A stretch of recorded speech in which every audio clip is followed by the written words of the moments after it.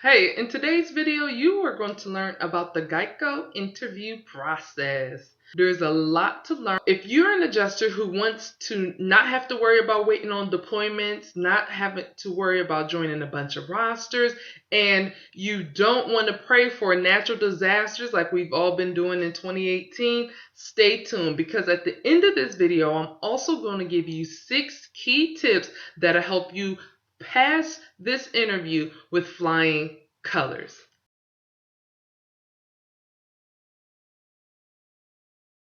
Okay, first let me tell you that I applied for the Management Development Program.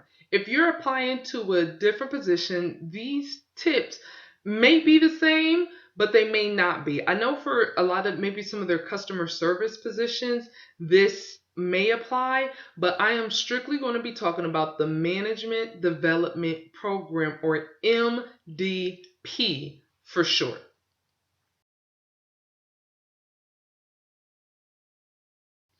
First step was, of course, the application. And if you haven't been applying to insurance companies and you've only been joining rosters, you probably haven't been met with the assessment test. GEICO does them. I took one earlier with Liberty Mutual. They're not Farmers, but Travelers also does an assessment. You are going to be asked to do an assessment. Now, the first assessment is kind of analytical. It gives you some problems and you really have to solve it, and your time is limited. I didn't think I was going to pass that portion. When I did, I was surprised. Don't worry, parts. If you put down in the comments that, hey, I'm taking that first assessment test and you want some tips and knowledge about how to pass that, put it in the comments below and I'll put out a video for that later. Okay, so the first assessment, not too hard, maybe took about 20 minutes. After that, there was a 20 to 30 minute interview.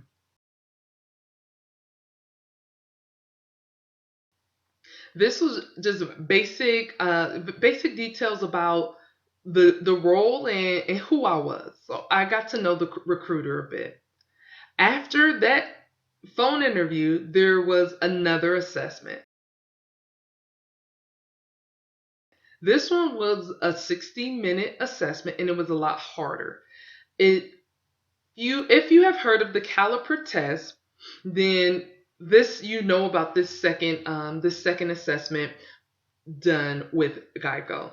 There is a trick to that Caliper Test, and I have a video on that test as well, but I need to hear from you. Again, comment below if you are taking that Caliper Test and you need to see that video. Once I discovered the Caliper Test and I passed that, there was another interview. This interview took between 60 and 90 minutes. It was more about my experience, more behavioral questions. With these questions, and here's a good tip for you, with these questions, you're going to want to use a technique like the STAR method or the PAR method. I tend to use PAR because I can get to the results quicker, and I believe that's what employers want to hear more of. Like the problem you had, the action you took, and the results you resolved. Additionally, there were some scenario questions in that interview.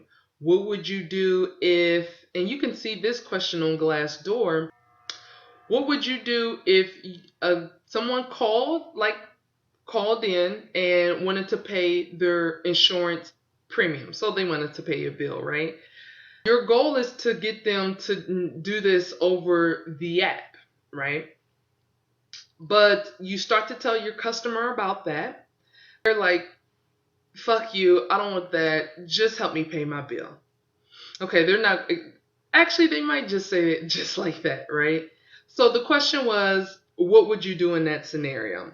Now on Glassdoor, again, there's a really good answer for that. I used that same answer to answer that. To me, that was a really good answer. Some other things, how do you deal with a difficult customer?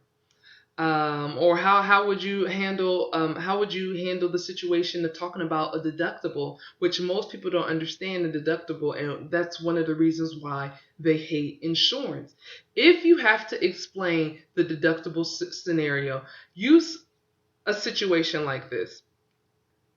Your insurance policy is a partnership between you and your insurance company.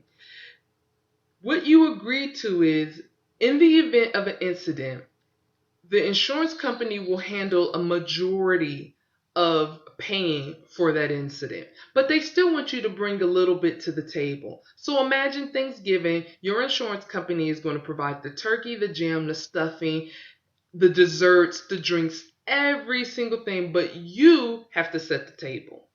And that is your deductible. And who's going to eat without plates and utensils and knives and forks? I mean, everybody digging into the stuffing or the dressing, and no, that would be nasty.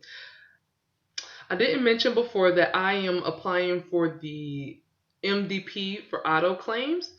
One of the scenarios that always seem to come up is that people are not going to be happy with their payout or their claim. They may have experience with auto claims. They might have a repair estimation from somewhere else, and they're going to haggle and negotiate you. In a situation like that, I know in my own experience, like in the past, I've had customers complain about having to pay the deductible, and it's like, sir or Mr. Customer, I tell them, don't worry about paying the deductible just yet. Let me get up on your roof and let me check out and do your inspection. If your roof doesn't pass, then you won't even have to worry about a deductible, and you can live the next couple storms knowing that your roof is in good shape. Now, if I do need to approve your roof, don't worry about your deductible because the numbers are the easiest things to work out. But first, let me get to my inspection. That 60 to 90-minute interview was a great conversation I had with the recruiter. She was so nice and warm and listened to me. Here's another key tip that I want you to do. Whatever your recruiter's name is, I want you to use their name as often as possible. Say, Tracy. In my experience, I've had problems with difficult customers. We've all had dealing with, and you say, yes, Matthew, I have. Or, that's a great question, Matthew.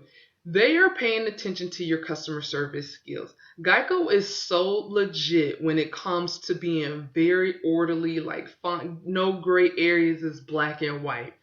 They are listening to everything you're saying. They are looking at and thinking about how you're going to be on the phone with their customers or repair guys.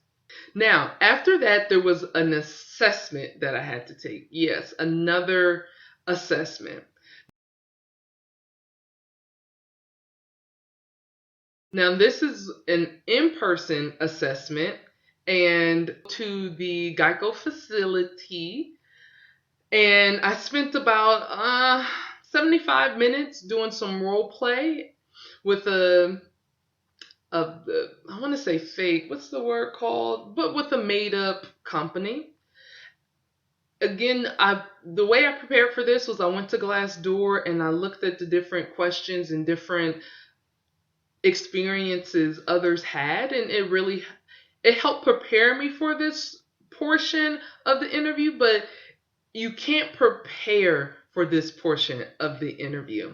The reason being is you're really just not going to know what's going to hit you, but I'm going to enlighten you a little bit more than Glassdoor did. If you get this far, congratulations, okay? You're getting close to the end of it. Now, during this assessment, what I want you to do is first I want you to try to arrive about 20 minutes early. So by the time you walk into the door, you're like smack dab 15 minutes early and on time. Early is on time is too late. 2, I also want you to be dressed very professionally. Look at the dress code guidelines that they send you and make sure you follow that to a T, right? 3rd, relax. Okay, this scenario, I mean, it started and it was just like, I was on 10 and I felt like I needed a cigarette and I don't even smoke. Just stay calm. According to the assessment processor, everybody feels like a little rattled or a little frazzled and wish they had more time. Go into it calm and cool. Wear a watch. Wear a watch. Wear a watch, okay? Because it's not necessarily that this is time, but you'll need to track your time and making sure you're staying on pace, because the more that you can fill out with the paperwork that they have, the more you can go back and read the instructions and get ready to know like what's coming next, because they tell you, okay, in 10 minutes somebody's going to give you a call, in 25 to 35 minutes somebody's going to come in, like you had a walk-in, and it's going to be from this repair company.